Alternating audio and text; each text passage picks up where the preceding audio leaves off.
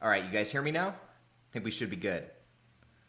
Okay, let me know, guys, if there's a lag in the video audio here. I'm using my camera, my normal camera, which I don't usually do. The sound should be on right now, though. Are we good? You guys hear me okay? Okay, great, fantastic, guys. Yeah, let me know if there's any sort of lag, but at any rate, welcome back to another Dividend Happy Hour. This is a very special episode, guys, because this marks the very first episode coming to you live from Sin City. That's right, guys. For those of you who don't know, I just moved to Las Vegas. I've been here, actually drove down about a week ago. So this is my first live stream in the new place. I gotta say, I'm loving it so far. Should have made this move a long time ago. Very happy to be here. But this is my view of the Strip, right outside my apartment window. I'm just kidding. That's not my view. But I am about 15-20 minutes from the Strip, which is very cool. But anyway, guys, thank you so much for being here. I'm so sorry we missed last week. Just knee-deep in moving stuff. But hey, guys, we're all here tonight, and that's what counts. So cheers to that. We have a pretty fun video planned ahead of us tonight, guys. We are going to be talking about Altria Group, who had some pretty big news coming out today, and we'll get to that later on in the video. We're going to go through that. We're going to do a little Q&A. But first, we have a couple things we need to get through. I want to ask you guys, what did you guys buy this week? Let me know in the live chat or in the comments below which stocks you picked up. It was very, red week on the market, as I'm sure many of you guys know. It's been a very red month. So let me know what you guys picked up. There's a lot of great dividend stocks out there at a discount, and I'd be very curious to hear what everyone's buying. So let me know in the live chat. Let me know in the comments below if you are watching the replay. Now, as you guys are submitting your purchases, I want to put up a couple of shout outs on the screen. We had some really cool milestones from the community that I want to share. First one coming from our friend John, who recently got his very first dividend. It was 18 cents, but it's a beginning. John, congratulations to you. That is such a cool thing. Like you said, 18 cents restart. Pretty soon that 18 cents will turn into $1.80. Then it will turn into $18. Then it will turn into $180. So keep up the great work, my friend. We're happy to have you here in the dividend investing community. And this next shout out is very special. It comes from my good friend Dividend Dad, who said in the Discord that he just passed $3,000 in dividend income for the year. A very, very cool milestone. But that's not it, guys. So with this milestone, he passed his last year income of $2,862, and his big payment came from SCHD, one of the best ETFs out there, I think, which brings him to $433 just this month. That is unreal. $433, guys, of passive dividend income. Basically $433 for doing absolutely nothing. That is, man, I just can't wait to get there. Let me say that. So Dividend Dad, congratulations, my friend. That's fantastic. So keep up the good work. Now, guys, before we get into the main topic, there is one more thing that I want to share with you. You guys know I'm a big Seeking Alpha fan. I use it in all my videos. We're going to be going through it a lot tonight.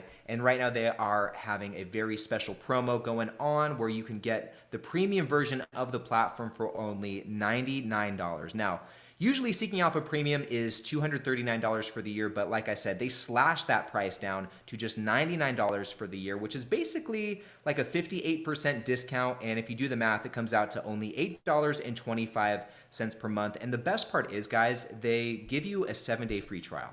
So you don't even have to pay for it to try it out. You can just try the 7-day free trial risk-free, and I don't know, you have nothing to lose. And I mean, like I said, you guys, I use it in all my videos. You guys always see it. We're going to go through it tonight. And I've been using the premium version of this platform for probably about a year now, and I couldn't be happy with it. I'm on this platform multiple times a day, and I actually was checking it before I hopped on.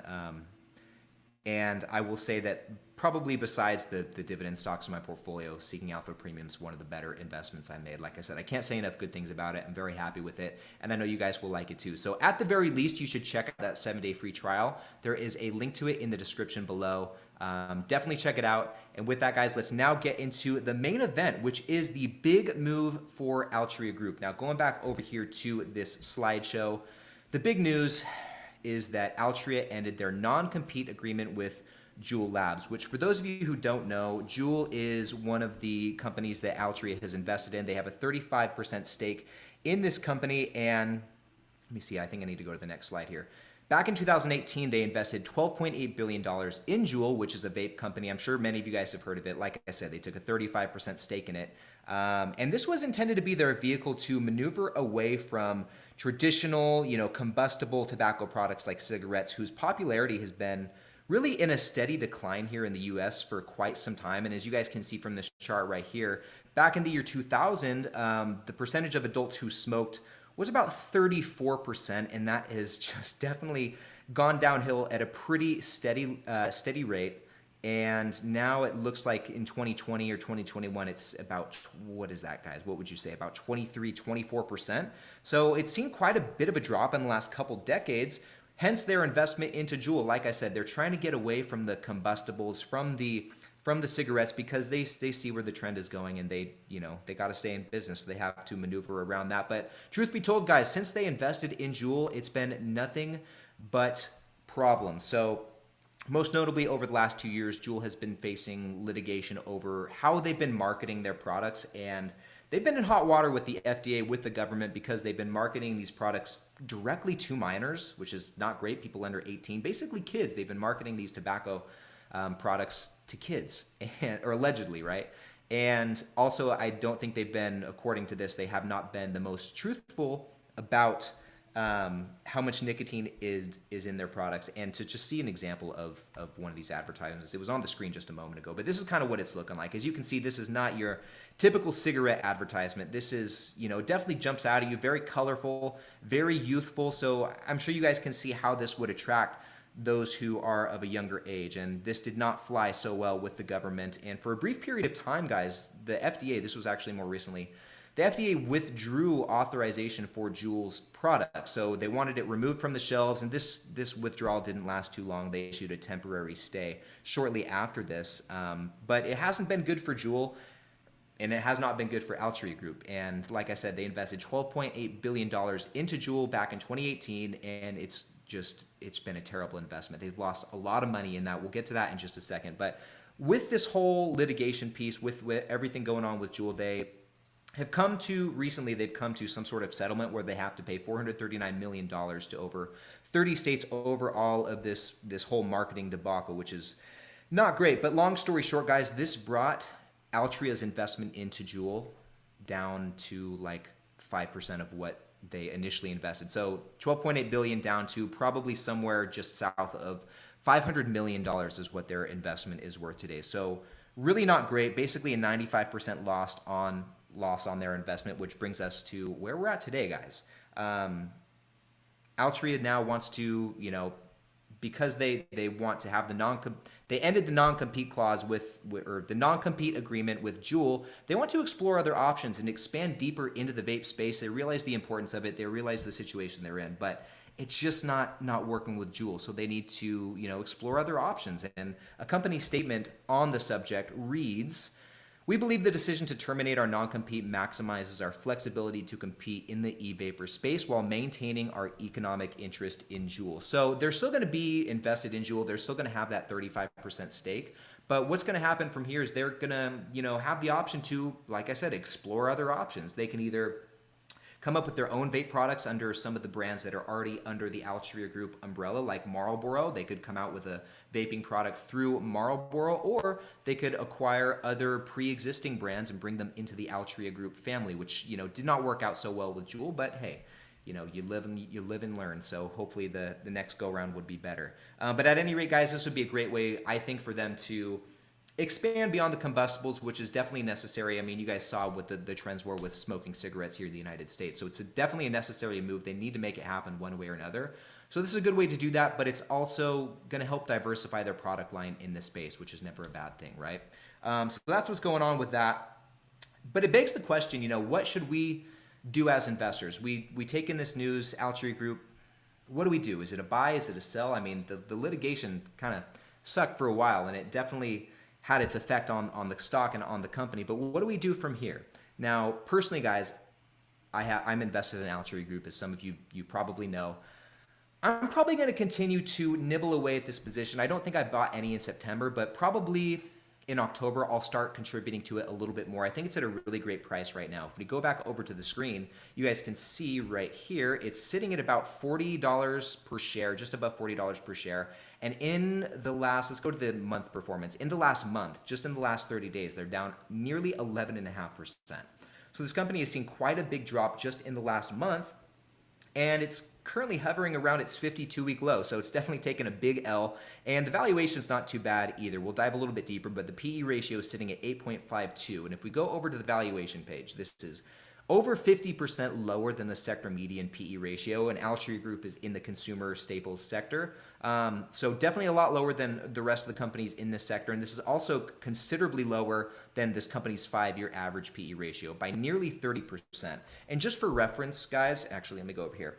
Just for reference, guys, comparing the valuation of Altria or comparing the PE of Altria Group to some of the other companies that are in this industry, in the tobacco industry, we're talking Philip Morris, we're talking about British American Tobacco, ticker symbol BTI, talking about Universal Corporation. Altria Group is one of the cheaper ones. I think BTI right now has a pretty low payout ratio, somewhat comparable to Altria Group. They're probably very close to each other, but I can say, I was looking this up earlier today, Philip Morris has a PE ratio sitting near 15.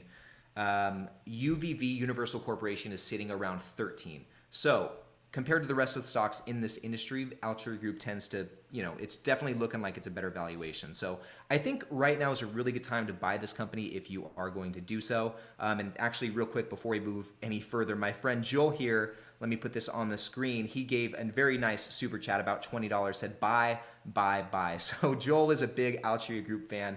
He is going to be buying this stock. And I don't blame him because, like I said, the valuation's great.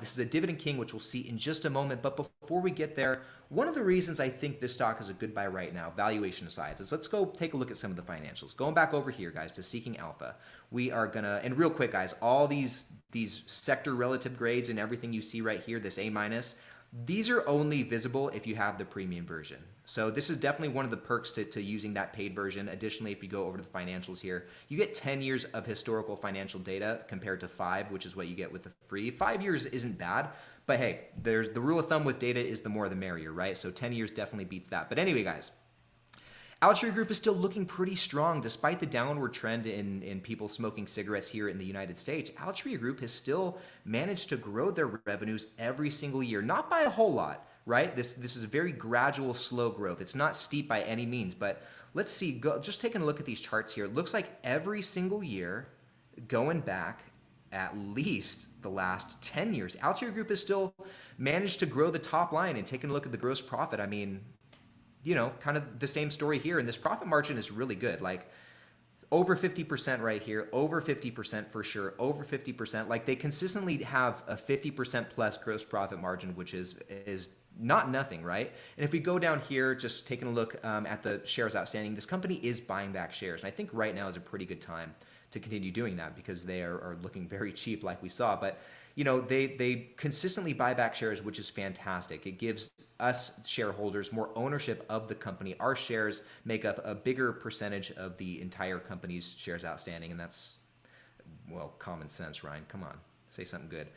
But, it's never a bad thing. And if we go over to the cash flow here, scrolling down all the way to the bottom, taking a look at what their free cash flow is doing, this is going up as well. I mean, not every single year. It's a little bit sporadic in the last 10 years. But, hey, 2017 to 2021, we're seeing some pretty good free cash flow growth. And I want to find the free cash flow per share. What's going on here? So that's looking a little bit different. So definitely going up here as well. That's looking great. So the financials for Altria Group are looking pretty solid. And if we go over to this growth page, just kind of maybe taking a look at this in a different way, scrolling down to the bottom, we can see that across the last 3 years, 5 years, and 10 years, yes, we already know this, they are still growing the revenue ever so slightly, right? Like we saw that chart, that was not a steep slope. 1.85% compounded annual revenue growth across the last 10 years, but the free cash flow, guys, it's a little bit higher, okay? Across the last 3 years, they have an annual growth rate of 8%. Across the last 5 years, it's a measly 1.34%, but it's still positive. And then across the last 10 years, we're hovering about 4.7%. So that's really not too bad, especially for a company like this. This is already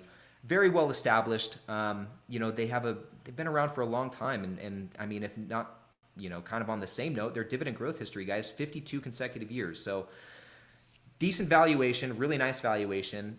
slowly but consistently growing financials and very solid dividend stats. We'll come back to this in a sec. But take a look at this forward dividend yield. Because the share price is so compressed right now, if you buy shares of Altria Group, you're getting a 9% dividend yield. That's pretty crazy. The payout ratio is pretty high, but this company historically has a pretty high payout ratio. This is nothing new. They pay out a lot of their earnings to shareholders because, number one, they don't want to keep a lot of money on their balance sheet, a lot of cash around, because they are a big target for litigation. So they want to put that cash somewhere else. And what better place to do so than in our hands, I guess. But also they're pretty well established. Like I said, they've been around for a long time. And typically when that happens, the companies, they're not going to be growing as quick. They're not going to be growing as much. They can afford to pay out more of their earnings to shareholders. Now, moving on to the 5-year growth rate, this is sitting just below 8%, which is pretty nice. I mean, inflation's pretty high right now, so this isn't as nice as it otherwise would be, but 8%, near 8% is great. I really like that growth rate. And, we already saw the dividend growth history, 52 years of consecutive dividend growth. So I always say this with Altria Group, guys. You probably will have heard me say this before. Let me this is kind of, it's getting a little dark, whatever. But Altria Group, in terms of the dividend, is a triple threat. They've got the high yield, they've got the high growth, and they have the dividend growth history. What more can I say? And having said all of this, just to kind of wrap this up with Altria Group, guys, it's not, I should probably go back over to the screen. It's not one of those companies that's going to bring a lot of capital gains, a lot of share price growth. In fact, if we zoom out across the last 5 years, it's down, down 36% across the last 5 years. And, it's still not doing too much across the last 10 years, only a gain of near 19% in the last 10 years. So that's not too great compared to many other stocks you'd find out there. So, if you're going to invest in this company, I wouldn't expect too much in terms of capital gains, in terms of share price appreciation. But what you can expect is consistent, slowly but surely growing dividend income coming in every quarter. And, hopefully we'll continue to do so for year after year after year. And so, like I said, guys, with Altria Group, I'm probably going to be buying some more. I already have a decent position. It might be about 5% of my portfolio. Between 5 to 6%, I'd say. I'll probably be nibbling away at it here and there while it's down. But at the same time, there's a lot of other stocks in my portfolio that I want to add to. I wouldn't mind adding a little bit more to Intel, believe it or not. Not too much more, but a little bit. I've been buying more Procter & Gamble, which you guys will see in Sunday's video where I do the monthly portfolio update. Definitely check that out. I've been buying more Lowe's. I've been buying that every week. And I've been buying more KRC. And there's too many stocks to buy right now, guys. So it definitely gets tough to prioritize. But anyway, that's my spiel on Altria Group. And with that, I want to put it back on you guys. What do you guys think about Altria Group? I'm going to go through the live chat, put some of this up on the screen momentarily. But I want to know, what do you guys think about this company right now? Do you have any shares of this company in your portfolio? Are you invested in some of the other companies in the tobacco industry like Philip Morris or BTI or UVV? Let me know in the live chat or let me know in the comments below. I'd be very curious to hear. So with that, guys, I'm going to take a sip because I am parched.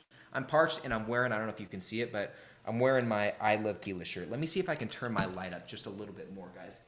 Get some more brightness going on here. Excuse me. Bear with me. All right. How's that? That's a little bit better. That'll be fine. Anyway, maybe I can open the blinds just a little bit. Yeah, that should be good. Hey, there we go. That's not too shabby. Okay, so I'm going to go back up to the top of all these comments. I see a lot of comments there. And, I want to see what you guys have going on. But I got to take a sip first. Cheers, guys.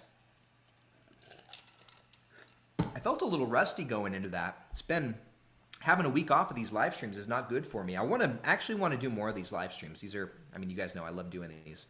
But, yeah, I want to do some more live streams. I got a little rusty. This is a funny comment. Do investments in Vegas stay in Vegas?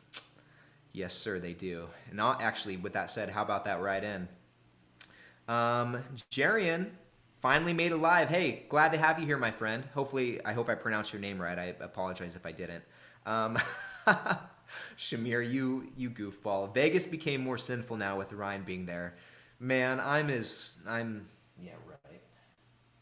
Oh, man, you guys should see Peanut right now, just sleeping on the chair. Let's see, what else we got going on? Looks like Ultra Runner picked up some SCHD, Intel, Verizon, and SPG this week. Good pickups. How do you pronounce that? Esiete? Did I pronounce that right? Picked up some Vici and some EPD. Getting a lot of compliments on this shirt. Guys, thank you so much. I really appreciate it. This is from a tequila company. I have it on my little tequila stand called Los Sundays. One of my favorite tequila brands right here. Los Sundays, definitely check it out. But this is a shirt from them. Great people too. Really love Los Sundays. Definitely check them out. Put that back. Sorry, guys. Let's see. Keep going through this. Kevin picked up $100 of WBA and $400 DCA'd across the rest of his portfolio. Good stuff, man. Let's see. Harris had a good buying week. He picked up some SCHD, some Microsoft, some VU, some Realty Income, and some Stag. And speaking of Harris, guys, check out Harris's podcast. He just started it. I think he's maybe 4 or 5 episodes deep at this point. It's called One Penny at a Time. You can find it definitely on Apple Podcasts, which is where I've been listening to it. I'm sure he's got it on Spotify, but it's called One Penny at a Time. Definitely worth a listen. He's crushing it. So Harris, keep up the good work, man. Dennis picked up some SCHD, some Ally, some Ford, some Intel, and some Verizon this week. Let's see. Oh, nice. Ultra Runner. I just got my first $500 dividend month. Man, I wish I would have seen that earlier in the stream. We could have included that in the milestone portion, but congratulations. $500 of dividends in a month. That's just like, that's unbelievable. That's unbelievable. Honestly, that's almost my rent paid for right there. Excuse me. It's going to take me a couple more years to get to that level, but I can't wait. Congratulations. That's so awesome. The man picked up some Lowe's, some Bank of America, some Walgreens, and of course, some Starbucks, as well as some Jeppy and Devo. Let's see. Chris, Big Chris, who told me before the stream that he is making it one of his goals every single week on these live streams to try a new energy drink. On Instagram, me and Chris kind of go back and forth, tagging each other on energy drinks. I don't drink a lot of them, but when I do, I gotta tag Chris. Chris, let me know in the live chat. I haven't checked my Instagram messages, but let me know in the live chat what you're drinking tonight, man. I'd be curious to hear. So Phil, sounds like another milestone. I got my highest dividend month, 538 Canadian dollars. Next month should beat it too. I love dividends, especially in times like these when everything is red. Phil, man, that's awesome. You're crushing it. Keep up the good work. Let's see. Steve. Wow, Steve. Look at all those. Picked up some Intel, some Clorox, some GTY, and SCHD, Devo, VYM, and a handful of other ETFs. Nice. Very nice. Very nice. Let's see. Kevin, Mr. Kevin Burgess, sold some covered calls this week, IBM and Chevron. Kevin might be stacking some cash right now. He's usually got some cash on hand. Let's see. Let's keep going here. Let's see here, guys. Coach Tim says JUUL was more like Altria Group's ex-wife. Yeah, I don't know. It really did not work out too well for them, but I don't know. We'll see how it plays out with JUUL with this litigation for now. Hopefully, I don't know why I air quoted that, but the litigation for now behind them. Let's just see what happens. I'm gonna open these a little bit more, guys. I might need to find a different spot to film these starting next week. I might do it back at the dining room table because it's just like the sun's moving and it's bothering me. It probably doesn't bug you guys as much as me, but yeah, I could do better. Let's see. Thoughts. Shamir wants to know thoughts on Starbucks' dividend increase. I mean, very happy about it. It was a nice increase. What was it? Something like, oops, sorry guys. What was it? Something like 8%, right? Like 8.1%. Was that what it was? I might be a little bit off, but yeah, man, always love a good dividend increase. And you know what, Shamir? Actually, they increased their dividend on National Coffee Day. I don't know if they planned to do that or if it was just a coincidence, but yeah, on National Coffee Day, which was a few days ago, that's when they announced their dividend increase. So I thought that was pretty cool. Let's see. Yeah, so Bill, this is a good point. This is something I was thinking of too. Marlboro vaping products would be profitable, I would say. It's probably like, as far as brands go, Marlboro is probably right up there with the likes of Coca-Cola and the Pepsis. It's a very iconic brand that's been around for a long, long time. And it was the first, I believe it was like the first luxury cigarette brand. And yeah, it's just like the Coca-Cola. It's not going anywhere. We're still going to have Marlboro. And I would imagine that, like especially people who smoke Marlboro cigarettes, they will be more likely to transition to vaping products if it's in the same brand, the same trusted brand. So I think that would be a good move for Altria or for Marlboro, really. Yeah, so Kevin, he's going to pick up some more. I'll nibble some more Altria. We'll have more money to invest next week. It's just so tough. Like, it's you guys. I'm sure you guys feel the same way. It is so tough to choose what to buy right now because there's just so. This is just like the double-edged sword of dividend investing. It's just so. There's so many discounts popping up, and I do think we're going to see more. I still think, like, especially after October, I think we're really going to see some big hits in the stock market for sure. Shamir, thank you so much. I don't know why I always space on this. Don't forget to smash the living daylights out of the like button. Guys, if you're enjoying the stream, if you're having fun with me and the rest of the community on this Dividend Happy Hour, number one, cheers. Number two, leave a thumbs up, leave a like on this video. And if you're not already, hit that subscribe button, guys. I'm putting out 2 videos every single week, 2 recorded videos, and we do these live streams every Friday night, it's always a lot of fun. And like I said, I would love to do more of these. Like, I'd love to incorporate some sort of like morning, like right as the market's opening, some sort of live stream around that time. I gotta figure out how I'm gonna make it work. There's a lot of October's gonna be a good month. Like, I'm working on some really fun stuff, and I can't wait to share with you guys outside of YouTube. Let's see. Joel, man, I'm now at the point in the live chat where Joel dropped that super chat, and you guys are like, Zal, I'm so glad to see you in here, man. Looks like you have half a share coming your way. Delbomb just said Joel gave you half a share. Man, thank you again so much. That's huge. I really appreciate you doing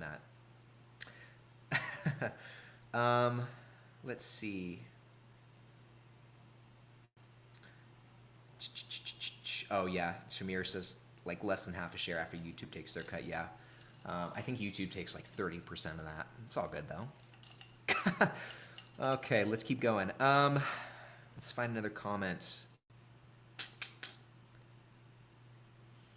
Okay, so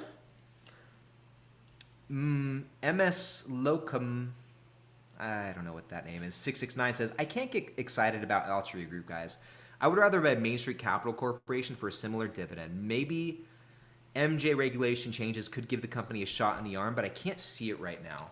And that's fair enough. Like, you know, there's obviously 2 sides to this investing story, and not every company is going to be for everyone. So I totally understand maybe your reservations about investing in Altria. And Main Street Capital is a good alternative as well. They've really taken a hit in the last month. Man, really big hit for Main Street Capital Corporation. Enjoying the channel, by the way. Thank you so much. I appreciate you tuning into the live stream and joining the live chat. It's, you know, it's good to have all you guys here tonight. It really is. Yeah, so Jim actually has a really good question here. How does Altria Group compare to Philip Morris? You know what? Let's actually take a look real quick. And I want to know in the live chat, what do you guys think about this? But while you're doing that, guys, we are going to use one of Seeking Alpha's premium features. Once again, link in the description if you guys want to try out premium, 7 days for free, and then you can, you know, you can get the premium version for $99 a year or $8.25 per month. It's a steal, guys. So, ooh. You guys might hear that car alarm in the background. I apologize. So what we're going to do, guys, we are going to pull up the stock comparison tool right here. We're going to create a new comparison. Let's add Altria Group. Let's add Philip Morris. And we're just going to go down the line, taking a look at all of the different metrics to compare these 2 companies. So just in terms of quant rankings, which is how Seeking Alpha quantifies and basically you know, it's how they rank stocks, basically. So Altria Group is just one ranking ahead of Philip Morris, 49 versus 50. Now, in terms of the grades here, Seeking Alpha gives Altria Group a better valuation, A- compared to a B, less growth, a little bit less growth than Philip Morris. Both are great in terms of profitability, right? In terms of momentum, which is, I think, the change in share price, Altria Group is beating it a little bit. And by the way, guys, none of this means like entirely too much, but you know, we're making the comparison, so we'll take a look at it. Let's scroll down, taking a look at the returns. So in the last month, Altria Group is outperforming Philip Morris, not as much of a drawdown in the last month. However, in the last 6 months, Philip Morris has the advantage, down 7% compared to Altria Group's 17%. But year to date, it's not too far off, 7% for Philip Morris compared to Altria Group's about 8%. So really not too bad. But let's zoom out over a longer period of time, guys. We can see Altria Group is just crushing Philip Morris in terms of total return. 116% compared to Philip Morris's basically 54.4%. Now, taking a look at the dividend stats, Altria Group is beating it in yield. They have a much higher dividend yield than Philip Morris. However, a 5.9% dividend yield is not too bad, right? Like, that's definitely nothing to stick your nose at that. But Altria Group, as the share price keeps coming down, it's nearing closer to 10%. So it is quite a bit of a spread there. And taking a look at the payout ratios, those are pretty comparable, right?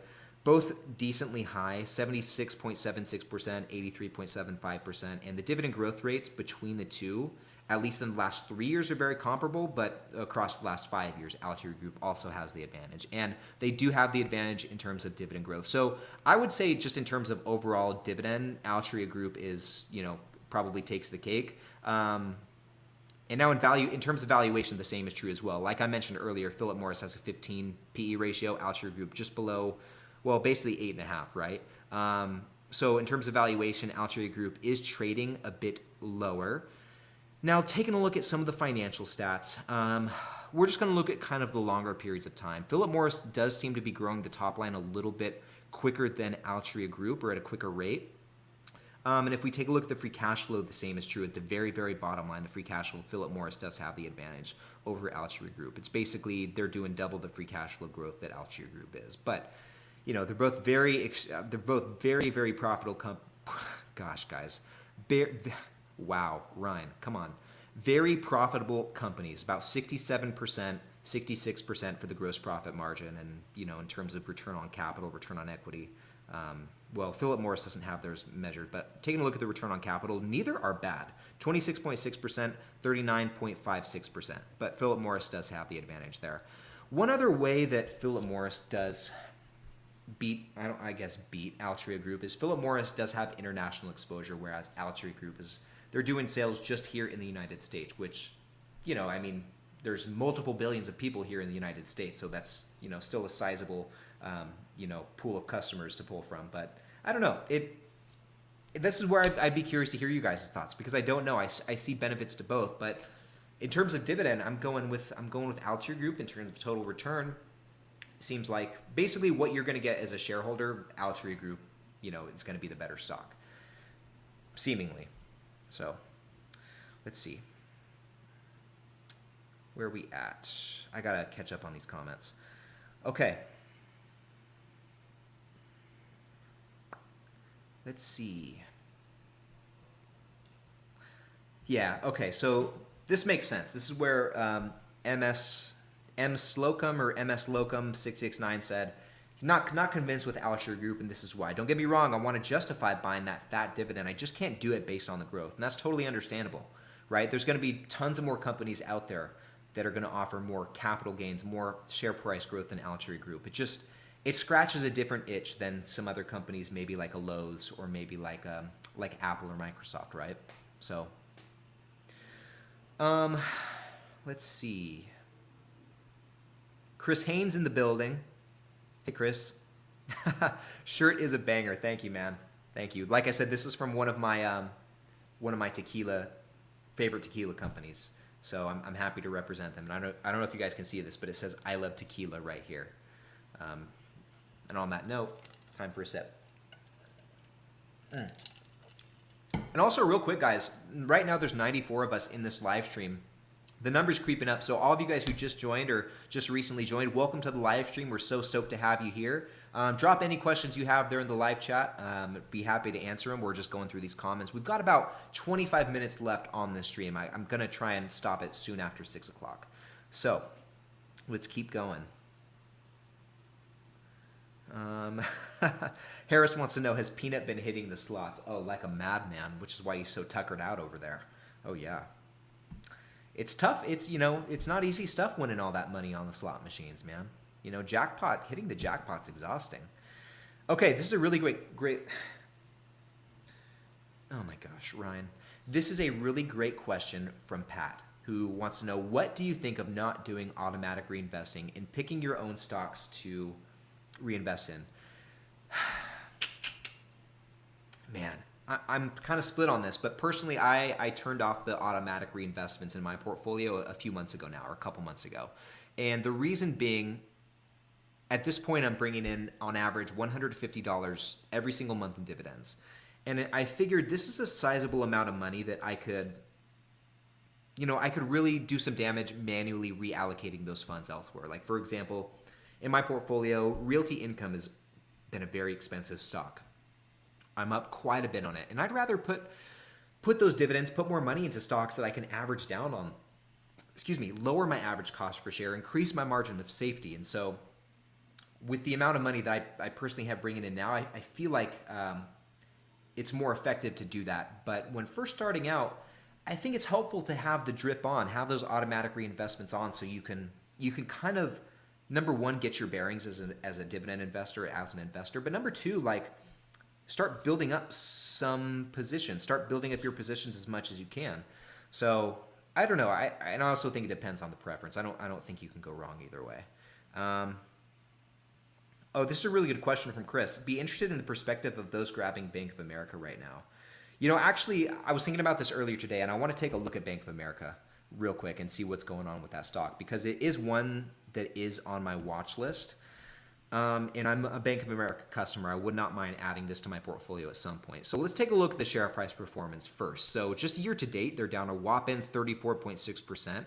And in the last month, they're down 11.2% basically. But I want to take a look at the valuation, because this is kind of the big question with Bank of America, at least in my mind. What's the valuation looking like? And the price to book is looking really good. It's below 1, which is very nice. This also is 11.14% lower than the sector median and 14% lower than the company's 5-year average price to book. So it does look to be at a discount. And furthermore, I mean, the thing with Bank of America, a lot of banks here in the US actually, there's so much cash on the balance sheet right now. Like right now they have, what is that? Is that trillion? $1.47 trillion in total investments just in cash. They have 191 billion. Okay, taking a look at their debt, they're going to have negative net debt. Negative 150.5 billion dollars in debt. So the balance sheet's looking great. And the dividend stats, this is a really high growth dividend stock. So the yield's pretty moderate, 2.87%. The payout ratio is very low. I'm very comfortable with this. The 5-year growth rate's nice, near 20%. And this is definitely one of the enticing things about this stock. And when you pair that with a low payout ratio, I think that's a double whammy right there. And their dividend growth history is not bad either. 8 consecutive years. And I think the question for a lot of investors, or at least in my mind, is how does that compare to JP Morgan? So JP Morgan obviously has the higher dividend yield, 3.77%. So they're up almost a full percent over Bank of America, but the 5-year growth rate's not as high, 15.33%. So there's about a 4% spread between these two growth rates. Similarly low payout ratio, similar dividend growth history. And on that note, like as far as the growth rate, even though it is lower than Bank of America's, 15% is a very nice growth rate. So I don't know.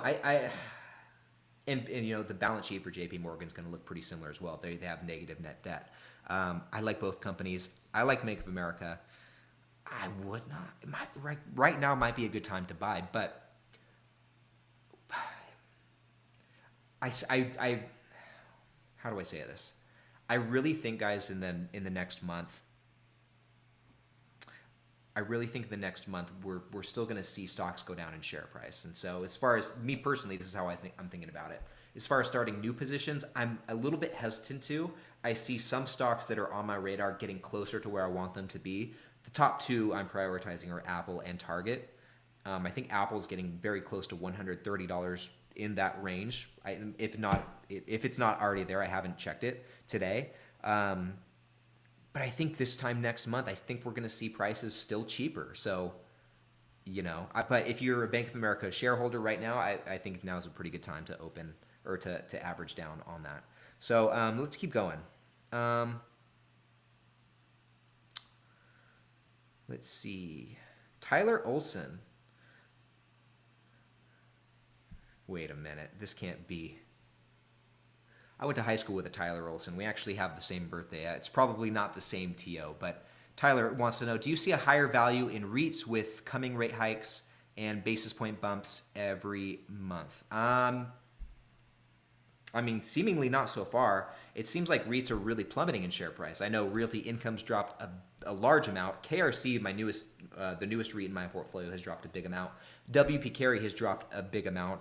Vici has dropped a big amount, and I won't imagine that will stop. So, no, I don't see REITs having a higher value, at least for the time being. I see them continuing to go down in share price. Let's see. Zal says, the live chat feels a bit light today. Is everyone feeling okay? If Brian catches up to the live chat, we fail as viewers. Guys, keep it coming. I'm about 9 minutes behind in the live chat right now, so I'm slowly catching up to you guys. Let's see here. Oh, real quick too, guys. If you're not already in the Discord group, definitely join the Discord group. Right now, I think there's about 1,100, maybe 1,200 members in the Discord group right now. If you want to join, it's totally free. There's a link in the description of this video, so definitely check that out. Would love to have you guys in there. It's basically like, it's just a one big group chat, kind of like this live chat, full of dividend investors. All we're doing is talking dividend stocks, sharing our portfolio, sharing dividend income, buy and sell call outs, what moves we're making in our portfolio, and just, general dividend chat nonsense. So definitely join, link in the description. Would love to have all of you guys in there. So let's see here. Let's keep going. Okay, so Bill here wants to know, what do you think the Fed will do at their November meeting? That's a very interesting question. And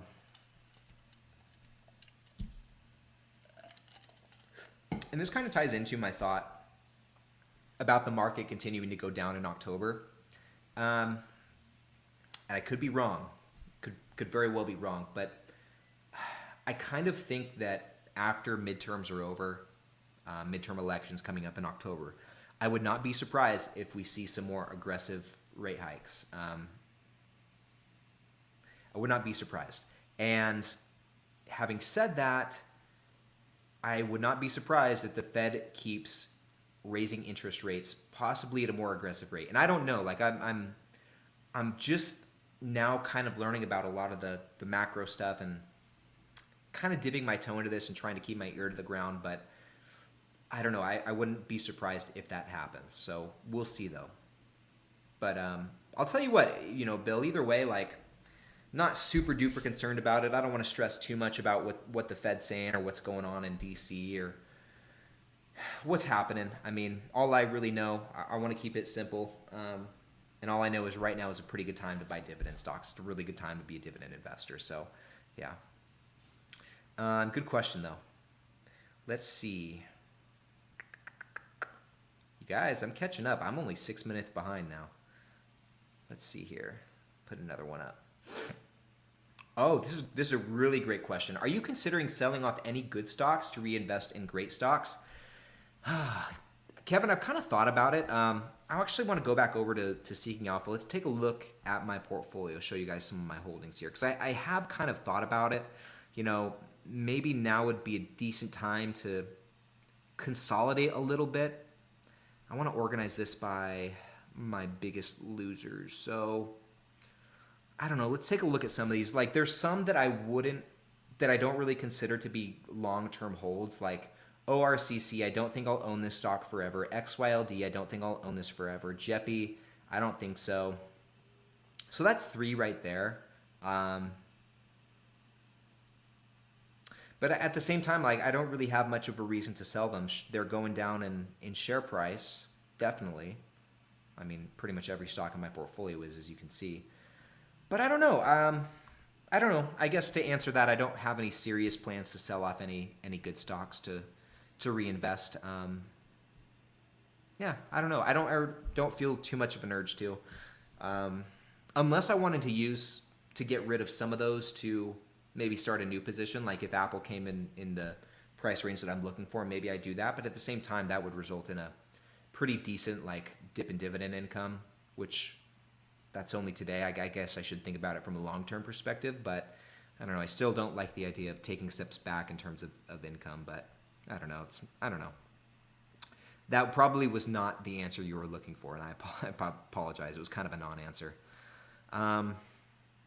So Mountain High, on the topic of Apple, says, I won't touch Apple until it's under $120 per share. And that's kind of what I'm thinking too. Like, I'll start really considering it once it's under 130, and then probably average down from there. But I think it could definitely get there if my prediction is correct, and October's a red month and November's an even more red month, then it could definitely get there. Just we'll see what happens. Let's keep going. Let us keep going. Jim, I didn't know you were a bodybuilding fan. He says, Big Ramey for the Olympia win. We'll see what happens. I think the Olympia, it's in December, right? I know it's here in Vegas this year. I'd love to go. That's going to be one of the cool things about living here is being able to go to the Olympia. I think it's in December. Would love to check that out.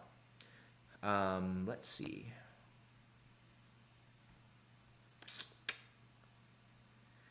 Let us see here. Oh, Ryan, Bill says, Ryan, why do you believe Reits would be a bad buy right now? I don't think they're a bad buy right now.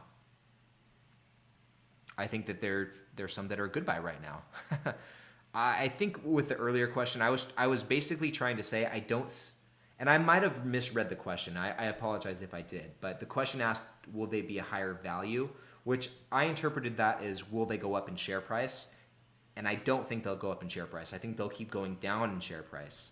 And I think now that I'm saying this, I think I misunderstood the question, so I apologize for that. But no, I think REITs are a good buy right now. They're seeing a huge drop. KRC is like one of the more discounted stocks in my portfolio. WP Carey is right near my average cost per share, and Realty Income's definitely dropped a lot. So no, I think real estate investment trusts are a good buy. And once again, I apologize for misreading that, misunderstanding the question earlier. Let's see. Let us see here, guys. So Mountain High, in regards to Kevin's question a minute ago, says, I wouldn't consolidate at some of these losses. I don't have a reason to. And that's kind of what I think as well. I really don't have much of a reason to sell out of these stocks. Yeah, so I'm just going to hold on to them probably. Let's see here.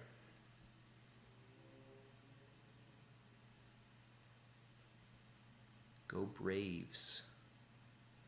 Okay, guys, I'm really catching up. We got about 15 minutes here in the stream. So,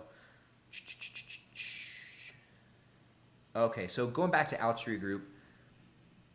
Also, people would be more excited by a growth stock instead of a slowly dying company. It's hanging on strong, but young people are not smoking like older members of the country. Yeah, and that's why they're trying to transition away from combustibles. And if you go to the Altria Group website, like the big headline is moving beyond smoking. That's kind of their tagline right now. So they're definitely trying to maneuver and position themselves better for the future.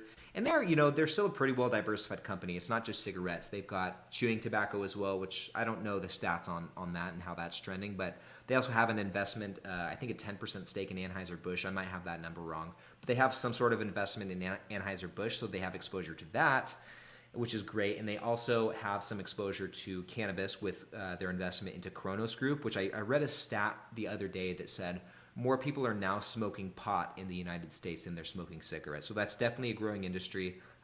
It'll be interesting to see what happens with that. If and when the federal regulation on that changes, we'll just have to see what happens. So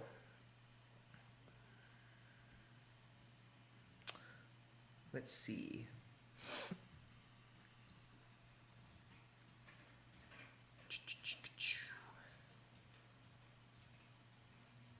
Okay, so Cass here wants to know, what is Snap-on's moat? This is a really good question. So why should someone invest in Snap-on, or what's their differentiating factor?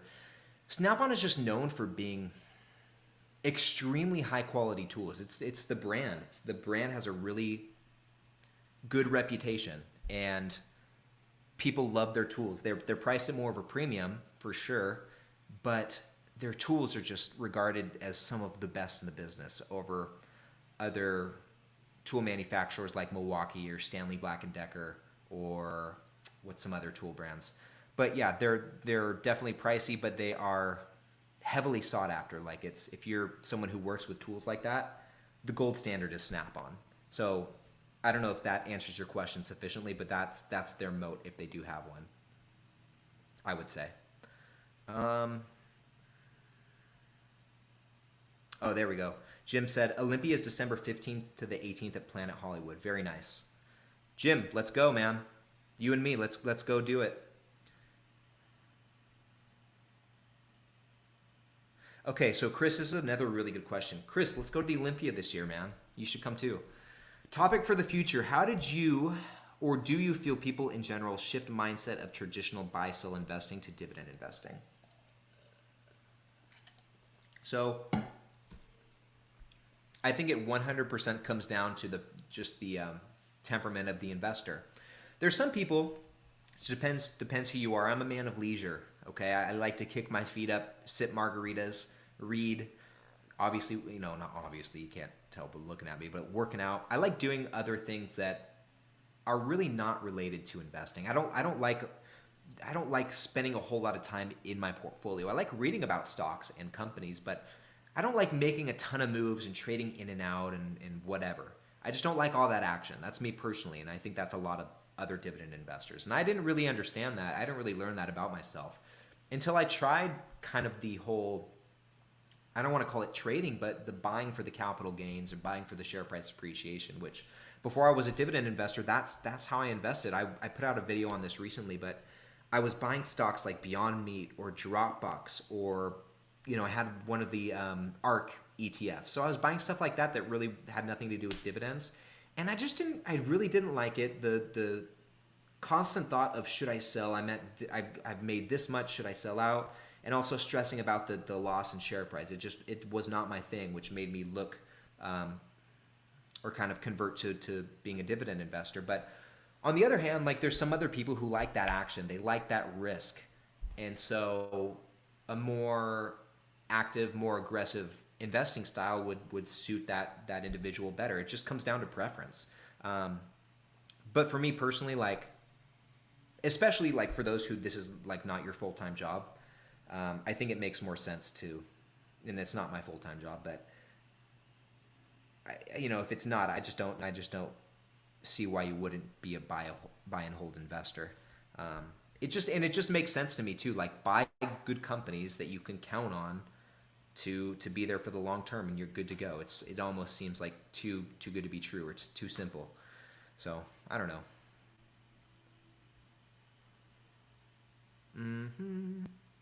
Let's see. Couple more questions, I think, guys. Oh, this is a good one. SMG, Scott's Miracle Grow. Man, I really wanted to, I had this on my watch list for some time, a handful of months ago. Let's actually go take a look at it. I really wanted to like SMG more than I do. I just feel like the financials aren't quite great. The valuation's pretty solid right now. I mean, look at that discount. In the last year, they're down almost 71%. Just in the last month, they're down 40%. Unreal. And if we go over to the dividend page right here, I bet the yield is pretty high. Pushing 6% for the dividend yield. Okay, pretty moderate payout ratio. 5-year growth rate's 5.4%. Not bad. Decent dividend growth history. Let's take a look at the financials, because they are growing that top line, right? Not too bad. And I think that from what I remember from my research, a lot of this top line growth came, like during the pandemic when everything was shut down, gardening was a big hobby. People started gardening a lot, and so they saw an increase in sales from that for sure. But scrolling down, what exactly was it about this company? Maybe it was the debt. It could have been the debt that I wasn't too crazy about, or it could have been the cash flow. But either way, let's take a look. So last report, cash on hand, basically 36 million compared to their total debt. They've got 3.7 billion in debt. So that's not great, but let's check out the cash flow, see what they're doing. So I think it was the debt situation, really. So yeah, I mean, in the trailing 12 months, they're negative free cash flow, which is great. But even prior to that, they're not doing too much in terms of free cash flow. At least they're not doing enough to pay off all that debt, in a sufficient amount of time if need be. So I think that's what it was about that company. In terms of profitability, Seeking Alpha is giving them a pretty poor grade as well, a D plus. Net income margins negative. We saw the free cash flow, that's negative. Negative return on equity, so that's not great. Negative return on assets, that's not great. Positive return on capital, so that is positive. But yeah, I mean, I just think there's better companies out there than Scott's Miracle-Gro, unfortunately. I do think Scott's Miracle-Gro has a really solid brand, and as far as lawn care and gardening, they're the go-tos, right? They have a very reputable. They also have Bonnie's Plants. Last time I was at Home Depot, when I was doing all this moving stuff, I went to Home Depot probably 5 or 6 different times throughout the course of the move to buy boxes and just miscellaneous stuff. Every time I was there, especially in the mornings, I saw the Bonnie plant.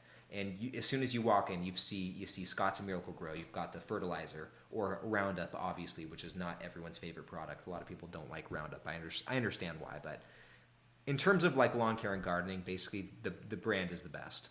So let's see, keep going. Let's keep going.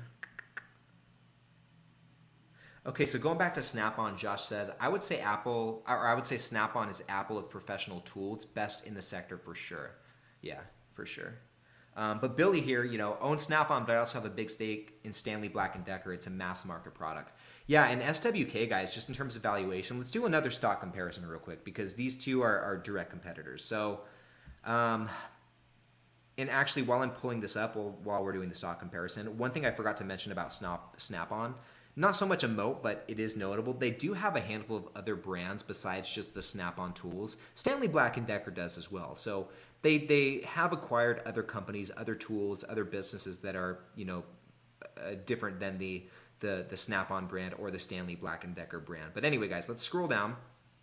Comparing Snap-on and Stanley Black & Decker, let's take a look at the total return. So Snap-on has seen less of a drawdown in the last month, which actually I would prefer if they saw more so I could buy at a bigger discount. But so they do have the advantage there. Year to date, they've seen much less of a drawdown than Snap-on. Like it doesn't, or than Stanley Black & Decker. It just doesn't even compare, right?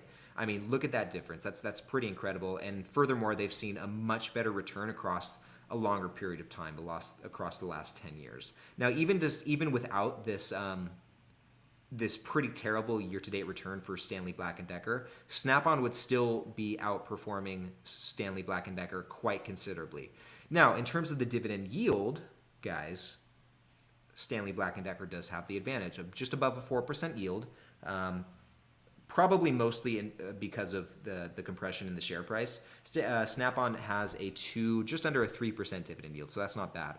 Very comparable payout ratios. I like both of those. And then Snap-on takes the cake with the dividend growth, which is one of the things that really drew me to this company. But Stanley Black & Decker, this is pretty nice. They have a very nice dividend growth history, 53 years, but Snap-on's isn't bad either, 12 consecutive years. So yeah, it just depends. You're looking for like more high yield, maybe Stanley Black & Decker. Moderate growth, that's not bad. You're looking for more dividend growth, maybe go with Snap-on, just if we're talking dividend. Now, in terms of valuation, very comparable. 14 for the PE ratio for Stanley Black & Decker, and actually and then 12.3 for Snap-on. So very comparable. This would be a lot higher if they didn't see so much of a loss in share price.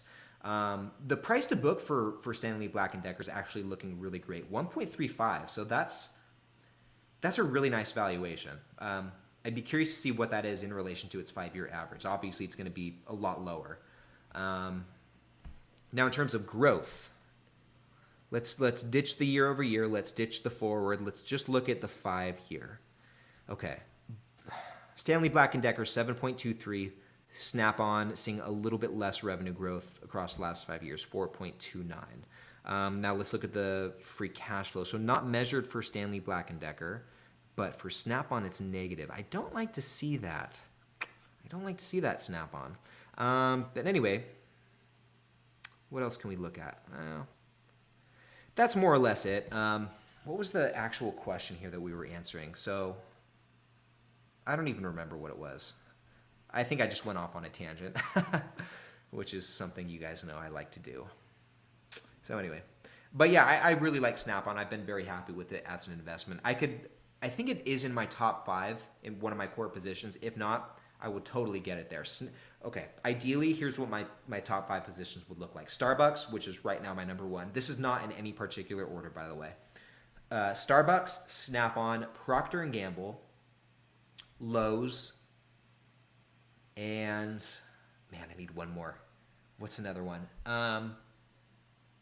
I don't want to say Realty Income. Probably Altria Group. However, I would not mind adding like another, like if I add like Apple or Target, that will definitely be top 5. Apple or Target. But I'd have to add them to my portfolio first. So anyway, guys, let's see. Maybe like one more, maybe like one more comment here we'll go through. One more question here. Let's see. And thank you guys, all of you guys who are still here, all 78 of you. Thank you so much for hanging out this last hour. This has been fun. It's really cool to actually be able to use my camera. I think it looks just a lot better than the laptop webcam, which is what I was using at the old place. And next week I got to figure out this lighting situation because I mean, you guys know, if you've been here this whole hour, it has definitely fluctuated. Unless that's not a big deal to you guys, and I'll just leave it, but I don't know, it kind of bothers me a little bit. Let's see here.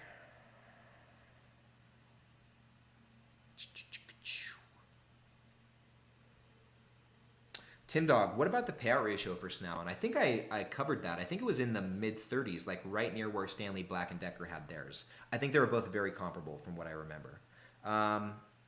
Yeah, am I tripping on that, guys? Let me just go back over to the screen. I won't put it on the screen. I'll just look real quick. So Snap-on has a payout ratio of 34.44%. compared to Stanley Black & Decker's 35.99%. So right in line with one another, right? And there's no lag too. Like there's no lag in the camera or in the video and audio. It's like very slight on my end, but that just could be how I'm looking at it.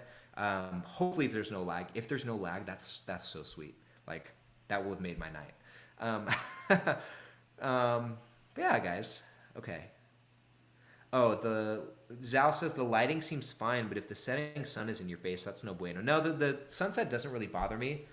I'm fine. I have my blind shut, but as the sun came down, I had to open the blinds and turn on my little light here. Okay. This is an interesting question. Dalmog wants to know BWA or Gntx. I really don't know either of these companies, but let's take a look at both of them. So BWA, let's start with this one. BWA, what is this? Borg Warner. Okay, I've never heard of this company. What do they even do? So this company provides solutions for combustion, hybrid, and electric vehicles. Interesting. They're based in Michigan. Huh. Let's take a look at the financials just real quick. Okay, nice steady growth. Very nice in 2021 on the top line. Let's keep going down. Net income's not too bad. It seems to hover like, okay, it's pretty consistent for the most part. They have been issuing more shares the last couple of years, but nothing too crazy. Well, no, actually that's not true. This right here is a 10% raise increase in shares outstanding, so that's not too great. Maybe they're doing that there's got to be some reason they're issuing more shares. Maybe they made an acquisition, or hopefully they're not doing that to pay the dividend. I don't even know if companies do that. Do you issue shares? That wouldn't make sense. Let me retract that. Okay, let's go look at the balance sheet real quick. Oh, okay, cash is looking great. Look at that big jump in cash. So last report, $1.4 billion in cash on hand compared to debt.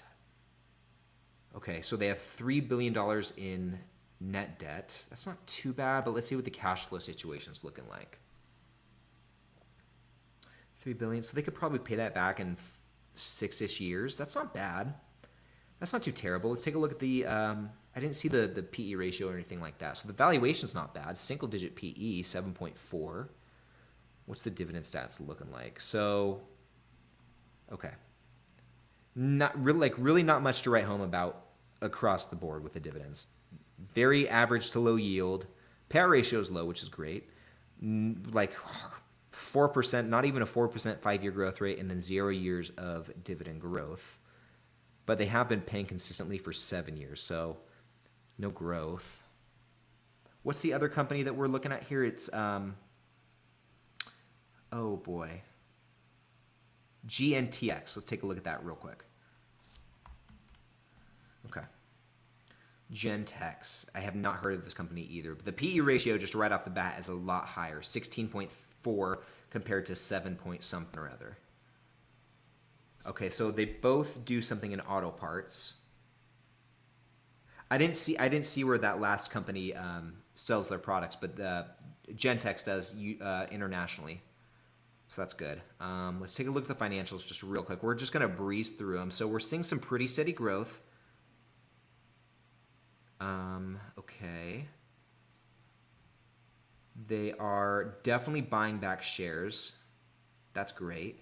Revenue per share is going up pretty steadily. Let's take a look at the balance sheet. And just so you guys know, like when I'm doing my own stock research and just kind of researching, like actually researching stocks, I don't go this quick. So 281.4 cash on hand. Net debt, so negative net debt, that's great. That's, I mean, right off the bat, that's, I mean, I might just because of that like this company better than the last one. The valuation's not better, but whatever. And they have some nice free cash flow coming in. Let's take a look at the dividend stats. Okay. Okay, similarly low yield, just below 2%. Low payout ratio, 35.5%. 5-year growth rate's better, 5.34%, and they do have somewhat of an established dividend growth history, 11 years of consecutive growth. So I don't know, like I'd probably be more inclined to go with Gentex if I really had to choose between the two. The valuation's higher for sure, but I would say otherwise the company looks to be in a better position in terms of financials and dividends. So, okay, good question though. Thank you for sharing those two stocks. Kevin, no lag. I read lips for conversational purposes, so you're fine. Cool.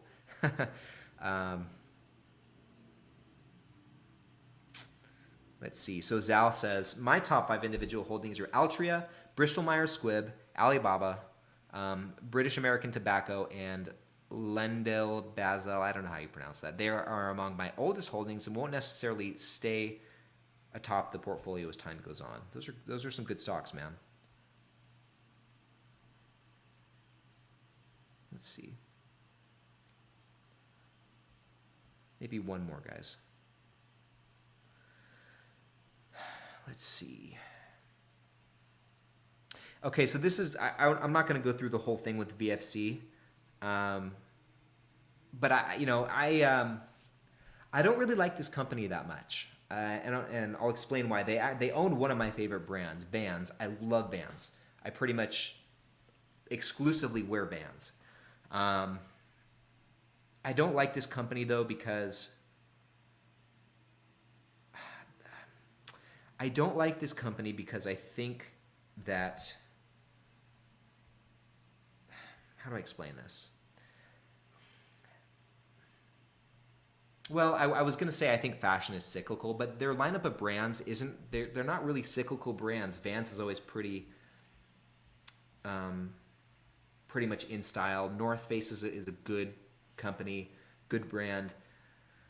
With Timberland, they have Timberland. That's a pretty iconic company as well. Iconic brand. What else do they have? JanSport they have. Come on. That's the go-to backpacks. But I still don't like VFC. I don't know. I don't really like the idea of investing in clothes because I do think there's still the risk that those brands could go out of style or out of trend, or just people won't want to wear their stuff anymore. I don't know. Let's see.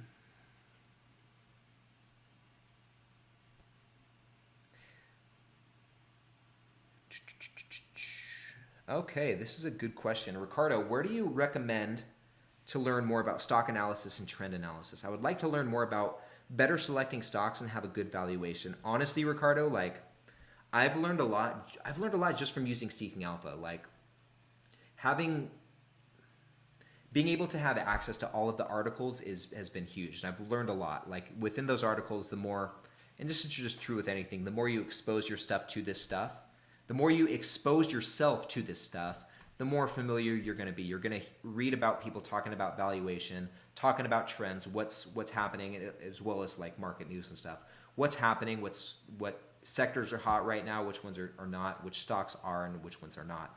And so I think by reading articles, that'd be a really great place to start. YouTube's really good too. Like if you want to learn more about stock analysis, just watch channels who do a lot of that. Kevin Burgess, his channel, I think Kevin's still in here. Kevin is a great channel to watch if you want to learn more about how to analyze stocks and how to think about these businesses. Another channel that I've been watching more lately, he's been blowing up too. Dividendology. He's been really doing a great job. And he's got a whole spreadsheet that you can buy through his Patreon that gives you different valuation tools, which is actually something that I'd like to make at some point as well. What other channels can I recommend?